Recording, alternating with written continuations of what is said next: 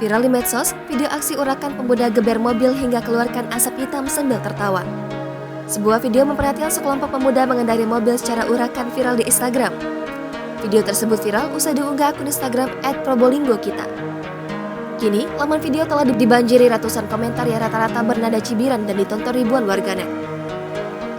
Dalam video berdurasi 13 detik itu, mereka sengaja menggeber mobil hingga knalpot menyeburkan asap hitam.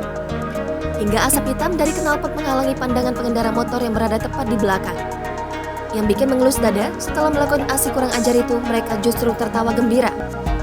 Video itu direkam sendiri oleh mereka saat melintas di Jalan Panjaitan Mayangan, Kota Probolinggo. Salah satu warga, Sulfikri, menyayangkan tindakan tercela yang dilakukan sejumlah pemuda itu.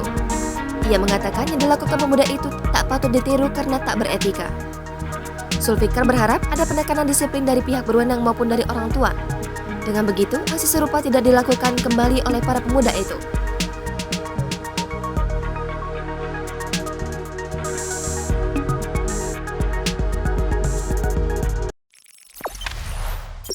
Jangan lupa subscribe, share, komen, dan like ya!